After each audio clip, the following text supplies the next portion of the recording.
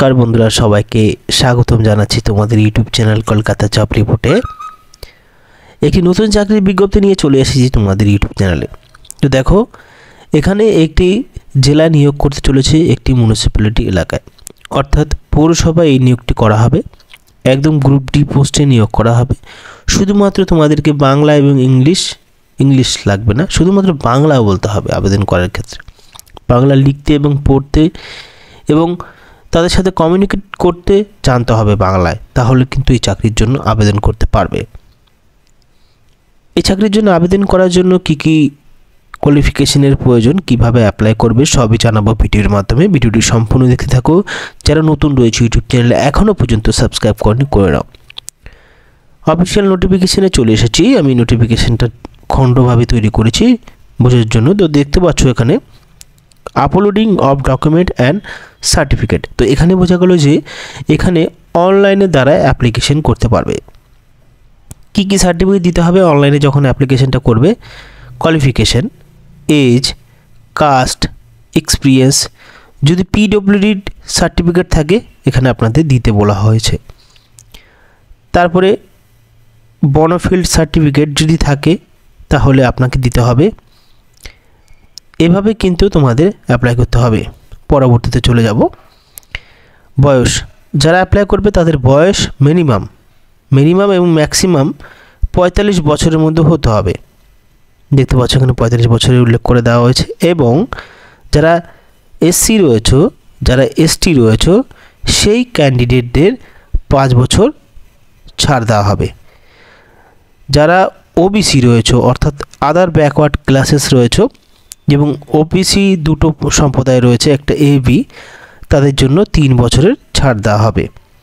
এবং দেখো আরও বলা হয়েছে যদি এসসি এসটি ওবিসি সার্টিফিকেট থাকে তাহলে কিন্তু 40% উপরে অর্থাৎ ছাড় দেওয়ার কথা বলা হয়েছে। পরবর্তী চলে যাব যে পোস্টে নিয়োগ করা হবে। দেখতে পাচ্ছ এখানে সৎকার কর্মী পদে নিয়োগ করা হবে এবং এটা বেতনটা দেওয়া হবে সরকারির মতে। আবেদন করার জন্য যে সমস্ত বিষয় জানতে হবে সেটি হলো ভারতীয় নাগরিক হতে হবে এবং must be a strong and physically fit থাকতে হবে, অর্থাৎ সাহস থাকতে হবে। Must be able perform outdoor duties smoothly, অর্থাৎ ডিউটি কিন্তু ঠিক মতন করতে হবে।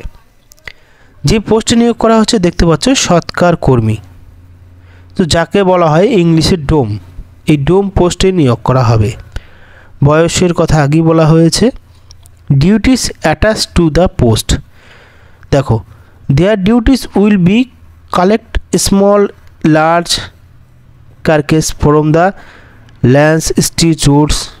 তো এখানে এক কথা বলতে গেলে যে সমস্ত অ্যাক্সিডেন্ট হয়, অর্থাৎ রাস্তায় রোডে যেই ডেড বডিগুলো থাকে সেই ডেড বডিগুলো কিন্তু তুলতে হবে।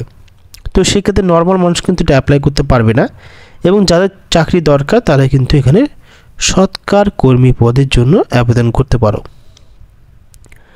9টি ভ্যাকেন্সি রয়েছে। আনরিজার্ভডের জন্য একটি রয়েছে, এসসির জন্য 2টো রয়েছে, এসটির জন্য একটা, ওবিসির জন্য একটা, ওবিসি বি এর জন্য একটা, আনরিজার্ভডের জন্য একটা, এবং যারা চোখে দেখে না তাদের জন্য আলাদা করে দেওয়া রয়েছে। পরবর্তীতে চলে এসেছি অ্যাপ্লিকেশন প্রসেস। আবেদন করার জন্য সবসময় যেটা থাকে সেটা হলো আনরিজার্ভডের ওবিসিদের জন্য বেশিটা থাকে। 150 টাকা লাগবে আবেদন করার জন্য, সাথে প্রসেসিং ফিজও লাগবে, অর্থাৎ 200 টাকা লাগবে আবেদন করার জন্য। এসসি এসটিদের শুধুমাত্র 50 টাকা দিলেই হবে আবেদন করার জন্য। তারপর দেখো এখানে আবেদন করার জন্য এখানে তোমরা UPI, credit card, debit card যে কোনো প্রান্ত থেকে কিন্তু বিলডেক্সের মাধ্যমে অ্যাপ্লাই করতে পারো। এর রয়েছে ওয়েবসাইট, এবং রিক্রুটমেন্ট বলা হয়েছে সিলেবাসও দেওয়া রয়েছে। লিখিত পরীক্ষার মাধ্যমে এবং ইন্টারভিউয়ের মাধ্যমে নিয়োগ করা হবে। তো এখানে মিসেলেনিয়াস দেখতে পাচ্ছ, এখানে পুরোটা বিষয় লেখা রয়েছে। মিসেলেনিয়াসে যে সমস্ত প্রশ্নপত্র থাকে সেভাবেই নিয়োগ করা হবে। যেহেতু সরকারি চাকরি, এটা বেসরকারি নেই। এই চাকরিটি কিন্তু পুরোটাই কিন্তু ওয়েস্ট বেঙ্গল মিউনিসিপ্যাল সার্ভিস কমিশনের থেকে নেওয়া হবে, এবং কোথায় রয়েছে? Kolkata municipal corporation. তো দেখো, Kolkata West Bengal municipal service commission থেকে এই বিজ্ঞপ্তিটি প্রকাশিত করা হয়েছে।